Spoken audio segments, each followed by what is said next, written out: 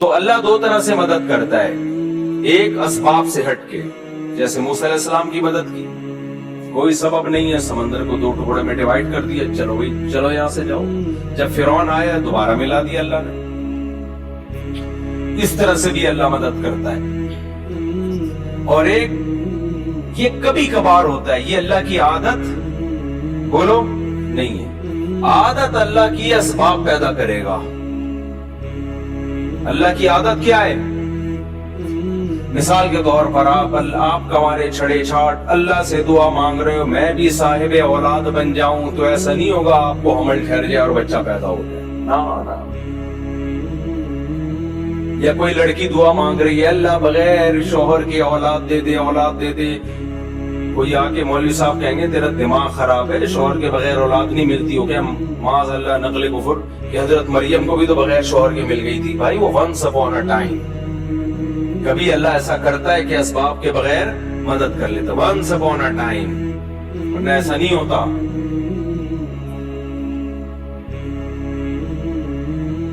معجزے کرامات بہت کم ہوتے ہیں اور ان پر شرعی حکم کا مدار نہیں ہوتا، خوب سمجھ لو۔ شریعت جو ہمیں فیصلے کرنے کا حکم دیتی ہے وہ معجزوں اور کرامتوں کو دیکھ کے نہیں بلکہ گراؤنڈ ریئلٹی کو سامنے رکھ کے فیصلے کرنے کا حکم دیتی ہے۔ معجزے کرامت صرف اللہ اپنی قدرت بیان کرنے کے لیے کہ میں یہ بھی کر سکتا ہوں، اس کے زیادہ اس کی حیثیت نہیں ہے۔ مثال کے طور پر آپ فرار ہوئے، کسی ملک میں جنگ چھڑ گئی، آپ بھی مظلوماً فرار ہوئے وہاں سے، اور آپ نے وہ والا راستہ اختیار کیا جہاں سمندر ہے۔ اب کوئی کہہ رہا ہے وہاں سمندر ہے، پاگل کہاں جائے گا، آگے نہیں، ادھر سے انڈا موڑ سے لیفٹ سائڈ پہ مڑ جا، ادھر سے ہوتا ہوا گلشن اقبال سے ہوتا ہوا ٹھٹھا کی طرف نکل جا۔ وہ کہہ رہے نہیں میں کہاں جاؤں گا، سینڈ سپٹ اور ہاکس بے کی طرف جاؤں گا۔ کسی نے کہا وہاں آگے راستہ بند ہو رہا ہے۔ کیا کہ تجھے اللہ کی قدرت پہ یقین نہیں ہے؟ موسیٰ علیہ السلام بھی تو اسی ٹریک پہ چلے تھے، آگے راستہ بند تھا، اس خدا نے اپنی قدرت دکھائی اور سمندر کو دو حصوں میں تقسیم کر دیا۔ تو میں جب وہاں جاؤں گا آگے اللہ اپنی قدرت سے کشتیاں بھیج دے گا، اللہ اپنی قدرت سے سمندر کو پھاڑ دے گا، تو ہم کہیں گے تیرا دماغ ہو گیا ہے خراب۔ نہیں آئی میرا خیال ہے بات؟ ہم کیا کہیں گے؟ تیری کھوپڑی ہو گئی ہے آؤٹ۔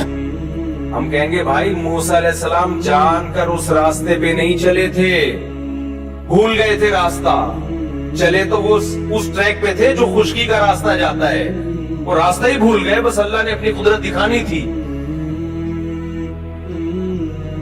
نہیں تم اللہ کی قدرت کے منکر ہو، کیا اللہ سمندر کو دو حصوں میں تقسیم نہیں کر سکتا؟ بھائی کر تو سکتا ہے، تو اللہ کرے گا، کر تو سکتا ہے، لیکن تجھے یہ کس نے کہا کہ کرے گا؟ ایک دفعہ مجھے یاد ہے کوئی مجھے مشورہ دے رہا تھا، کوئی ایسے بے احتیاطی والا مشورہ دے رہا تھا۔ میں نے کہا یار حالات ٹھیک نہیں ہے، اس طرح میرا جانا ایسے موقع پہ وہاں ٹھیک نہیں ہے، آج کل تھریٹس بہت ہیں، تھوڑا پرانی بات ہے، جان کا خطرہ ہے۔ اس نے کہا اللہ نے چاہا تو اللہ بچائے گا۔ میں نے کہا اگر اللہ نے نہیں چاہا تو تیرا باپ بچائے گا؟ پھر نہیں اللہ نے چاہا تو اللہ بچا لے گا۔ یہ تو ہمیں پتا ہے اللہ نے چاہا تو بچائے گا، لیکن مجھے پتا ہے کہ اللہ چاہتا ہے کہ نہیں چاہتا۔ میں بلیچ پی رہا ہوں، اللہ نے چاہا تو اللہ بچا لے گا۔ مجھے پتا ہے یہاں فلاں جگہ پہ دہشت گردی ہے، قتل و غارت ہو رہے ہیں، نہیں جاؤ بھائی، وہاں پہ بم پھٹ رہے ہیں، حالات خراب ہیں، اللہ نے چاہا تو اللہ بچا لے گا۔ تو ٹھیک ہے، بہت سے لوگوں کو اللہ نے بچایا بھی ہے۔ کراچی کے جو حالات خراب چل رہے تھے، جگہ جگہ بم دھماکے ہو رہے تھے، بنارس لوگ جاتے تھے نا، وصیت کر کے جاتے تھے کہ میں بنارس جا رہا ہوں، بنارس والا ادھر آتا تھا وصیت کر کے آتا تھا میں انڈا موڑ آ رہا ہوں۔ ایسی جنگ چل رہی تھی، لوگوں نے کہا ویزے لے کے جاؤ بھائی۔ تو کراچی کے حالات دیکھے ہیں نا، تو اس میں کہا جاتا تھا بھائی گھر سے باہر مت نکلو، نہیں جی اللہ بچائے گا۔ اللہ نے چاہا تو اللہ بچائے گا، یقیناً اللہ نے چاہا تو بچائے گا، لیکن اللہ چاہے گا کہ نہیں چاہ رہا ہے یہ ہمیں معلوم نہیں ہے۔ تو چاہتا ہے کہ اللہ چاہے کہ میں بچوں، لیکن اللہ بھی چاہتا ہے کہ تو جو چاہتا ہے وہ ہو۔ تو اس لیے معجزوں اور کرامتوں پر فیصلے نہیں کر سکتے آپ۔ اس کی ایک اور مثال، جب ایک شرعی حکم لوگوں کو بیان کیا جاتا ہے کہ بغاوت کے لیے یا جہاد کے لیے ضروری ہے کہ آپ کے پاس پراپر تیاری ہو، دشمن سے لڑنے کی طاقت ہو، اس طاقت کے بغیر آپ کو نہ جنگ کرنے کی اجازت ہے نہ مسلح بغاوت کی اجازت ہے۔ جب تک آپ کے پاس پاور نہیں ہے، سامنے ٹینک ہے آپ کے پاس، اس کے مقابلے میں نہ ٹینک ہے نہ جہاز ہے، کچھ بھی نہیں ہے، تو آپ کیسے بغاوت کرو گے؟ لوگ کہتے ہیں بدر میں کیسے ہو گیا؟ 313 نے 1000 سے مقابلہ کیا، اور خالد ابن ولید نے 60 سے 60,000 کا حصار توڑا۔ بھائی بدر میں 313 کا جو 1000 سے مقابلہ تھا وہ نبی کے ارادے سے نہیں تھا، وہ تو کسی اور ارادے سے نکلے تھے۔ تو مشرکین نے اچانک 1000 کا لشکر لے کے آ گئے، تو وہ تو اس کے علاوہ کوئی راستہ ہی نہیں تھا۔ تبھی پھر مدد اللہ کی طرف سے نازل ہوئی ہے، تو وہ معجزہ تھا کہ 313,000 پہ غالب آ گئے۔ نبی خود 313 کو لے کے مکہ پہ چڑھائی کے لیے کبھی بھی نہیں نکلے۔ نبی مکہ پہ چڑھائی کے لیے اپنے ارادے کے ساتھ اس وقت گئے ہیں جب 10,000 کا لشکر تیار ہوا ہے، پھر آپ نے مکہ پہ اٹیک کیا ہے۔ سمجھ میں آ رہی ہے بات کہ نہیں آ رہی ہے؟ دیکھو 13 سال مکہ میں آپ نے جہاد نہیں کیا۔ کچھ لوگ کہتے ہیں ایمان نہیں بنا تھا، نا اس وقت کا جو ایمان تھا وہ بعد میں اس لیول کا ایمان تو کبھی بن ہی نہیں سکتا، کیونکہ قرآن کہہ رہے جو ہجرت سے پہلے ایمان لے آئے نا ان کا ایمان سب سے تگڑا ہے۔ بلال حبشی کا ایمان رضی اللہ عنہ، ابو بکر کا ایمان، عمر بن خطاب کا ایمان، سیدنا علی کا ایمان، سیدنا عثمان کا ایمان، سیدنا عبداللہ بن مسعود کا ایمان۔ یہ وہ لوگ تھے جب اسلام انتہائی کمزور تھا، ایسے پاورفل ایمان والے لوگ تھے یہ۔ اس وقت منافق کا تصور ہی نہیں تھا، لیکن آپ نے جہاد کیا اس 13 سال میں۔ بولو صبر صبر صبر، صبر کی تلقین۔ اتنا ظلم ہوا ہے، خباب ابن ارت رضی اللہ تعالیٰ عنہ نبی کے پاس آئے کہ مجھے میرا مالک جو ہے آگ کے انگاروں پہ لٹاتا ہے، اور اتنے بڑے بڑے گھٹے پڑ گئے تھے کمر میں۔ یا رسول اللہ الا تستنصر لنا، آپ اللہ سے ہمارے لیے مدد کی دعا کیوں نہیں کرتے؟ تو خباب ابن ارت یہ بھی تو کہہ سکتے تھے یا رسول اللہ آپ تلوار اٹھائیں ہم جہاد کرتے ہیں، یا نبی کہتے تلوار اٹھاؤ ہم کیا کرتے ہیں؟ جہاد۔ نہیں کیا، آپ نے فرمایا صبر کرو، ایک دن آنے والا ہے ایک عورت زیور سے آراستہ ہو کے صنعاء تک چلے گی، اتنا لمبا راستہ طے کرے گی، کوئی اسے خوف نہیں ہوگا، ایسا امن دنیا میں قائم ہونے والا ہے، لیکن تستعجلون، تم جلدی کر رہے ہو، تو کیوں تلوار نہیں اٹھائی؟ اس لیے کہ بہت تھوڑے تھے اور کافر بہت زیادہ پاور میں تھے۔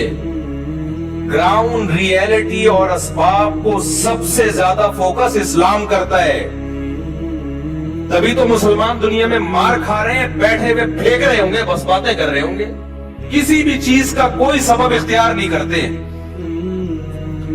نہ صحت کا سبب، بے موقع توکل۔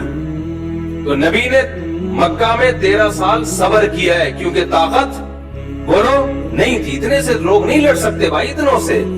حضرت بلال کے سینے پہ پتھر رکھے جا رہے ہیں، وہ پتھر نہیں ہٹا سکتے، اور ایسی قوم کو حکم دیا جائے کہ تم ان کے خلاف کیا کرو؟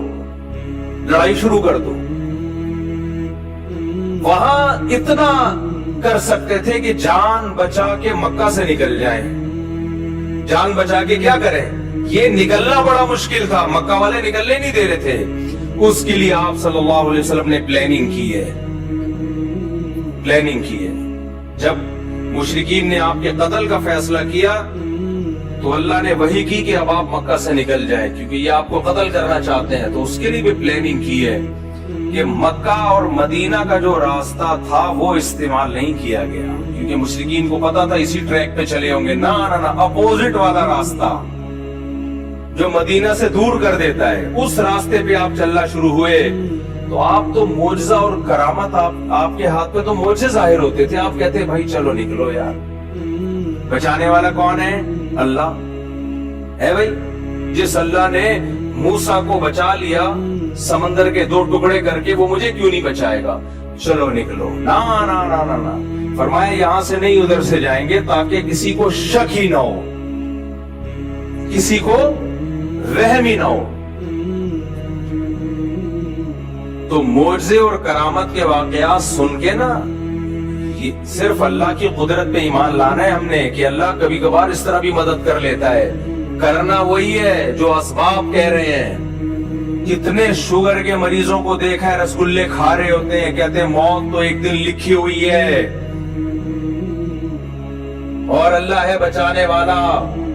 میں ان سے کہتا ہوں موت لکھی ہوئی ہے, تیری بہت جلدی لکھی ہوئی ہے کیونکہ اللہ کو پتا تھا یہ شوگر کا پیشنٹ ہے, لڈو کے ڈبے کھا جائے گا, لہذا اگلی 1 جنوری سے پہلے فرشتوں کو آرڈر ہوا ہوتا ہے کہ اس کی لکھی ہوئی ہے 31 دسمبر کے 12 بجنے سے پہلے اس کو اٹھا لینا, ڈیٹ چینج نہیں ہونی چاہیے.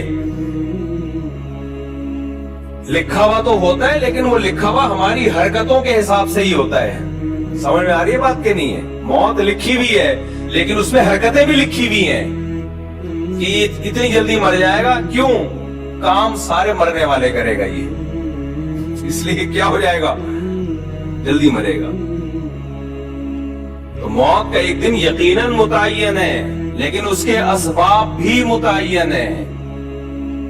سمجھتے ہو کہ نہیں سمجھتے ہو؟ تبھی مسلمانوں میں آپ دیکھ لو موٹا ہے تو موٹا ہی ہوتا چلا جا رہا ہے, پھیلتا چلا جا رہا ہے. غیر مسلم اسباب کو فوکس کر رہے ہیں, اس صبح اٹھ کے ورزش بھی کرتے ہیں. میں تھائی لینڈ میں گیا تو فجر کی نماز کے بعد میں نے دیکھا فل مارکیٹیں کھلی ہوئی ہے, ایسے جیسے کھچا کھچ رش ہوتا ہے بازار میں. ابھی سورج نکلا ہے اور اتنی مارکیٹیں فل. ہمارے یہاں تصور ہے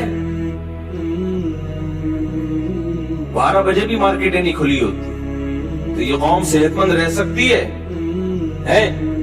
کھائے جا رہے ہیں. میرے صرف پراٹھے والے بیانات کو فوکس کیا ہوا ہے, ورزش والے بیانات کو فوکس کیا ہی نہیں ہے. نہ کوئی فزیکل ایکٹیویٹی ہے نہ کوئی, پھر بیمار ہوتے ہیں. بھائی اللہ, بیماری بھی اللہ کی طرف سے, صحت بھی اللہ کی طرف سے. اللہ بہت بڑے ہیں, یقیناً اللہ بہت بڑے ہیں. اسی وجہ سے تجھے لڈوؤں کی وجہ سے بیمار کر رہے ہیں, اسی وجہ سے کر رہے ہیں تجھے. تو آج معجزے اور کرامت برحق ہیں لیکن یہ بتانے کے لیے کہ مایوس مت ہونا. بعض دفعہ سارے اسباب فیل ہو جاتے ہیں. ہم نے تو اسباب ہی اختیار کرنے ہیں بھائی کامیابی کے لیے, جیسے نبی نے اختیار کیے. مکہ میں جہاد نہیں کیا آپ نے, پھر غزوہ بدر میں بھی ایک اتفاقی واقعہ ہو گیا, ورنہ آپ کا ارادہ 1000 کے لشکر سے لڑنے کا نہیں تھا. پھر احد میں بھی مشرکین نے پہل کی تھی, آپ نے بڑھ کے مکہ پہ حملہ نہیں کیا. تو دفاعی پوزیشن میں آپ لڑے ہیں کہ دفاع کرو اپنا, وہ تو کرنا بنتا ہے نا, وہ تو کرنا ہی کرنا تھا, دفاعی پوزیشن. پھر غزوہ خندق میں چاروں طرف سے قبائل نے مل کے حملہ کا ارادہ کیا تو بھی آپ نے دفاع پہ اکتفا کیا, بڑھ چڑھ کے ان پہ حملے نہیں کیے. بھائی دفاع کرو کسی طریقے سے, اس میں مشورے لیے. مشورے کیسے لیے؟ صحابہ کرام نے یہ جنگ پہلے کبھی دیکھی نہیں تھی کہ چاروں طرف سے مل کے کوئی حملہ کر لے. تو آپ نے سلمان فارسی کو بلایا کہ فارس میں تم نے کبھی ایسی جنگ دیکھی ہے؟ انہوں نے کہا ہاں ہم نے دیکھی ہے. کیا کرتے ہو؟ خندقیں کھودتے ہیں ہم تاکہ دشمن اندر نہ آئے. اب اس کے علاوہ کوئی آپشن ہی نہیں تھا. خندقیں کھودنا آسان کام نہیں تھا.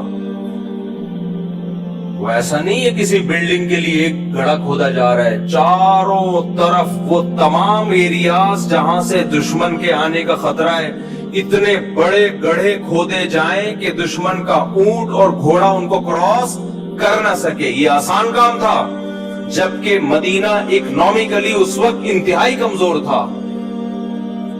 بھوک سے نڈھال ہو رہے ہیں لوگ, پیاس سے نڈھال ہو رہے ہیں, پیٹ پہ پتھر باندھ رہے ہیں, لیکن آپ کدال لے کے گڑھے کھود رہے ہیں. وہاں بھی تو آپ کہہ سکتے تھے بھائی یہ تو بہت مشکل کام ہے, مدد کا وعدہ کس نے کیا ہے؟ بولو, اللہ نے کیا ہے. مدد کا وعدہ اللہ نے کیا ہے تو اتنی ٹینشن نہیں بھائی. بس تھوڑا بہت مشورہ میں نے لے لیا حضرت ابو بکر سے, حضرت عمر سے. باقی فارس کے لوگ کیا کرتے ہیں ایسے موقع پہ, وہ تو ہے کافر. ہم لوگ ہوتے ہیں بولتے کافر کا بچہ ہے, اس کی ٹیکنالوجی کو کاپی کر رہے ہو, کافر کے بچے ہو. ہم ایسے ہی کہتے ہیں نا, تو کافر کا بچہ ہمیں بتائے گا کہ ہم نے کیسے جنگ لڑ دی ہے. تو حضرت سلمان فارسی مومن تھے, لیکن جو اسٹریٹجی تھی وہ کس کی لے کر آ رہے تھے؟ فارسیوں کی, جو اس وقت آگ کی پوجا کرتے تھے. تو نبی نے وہ اس کو قبول کیا کہ بہترین سجیشن ہے.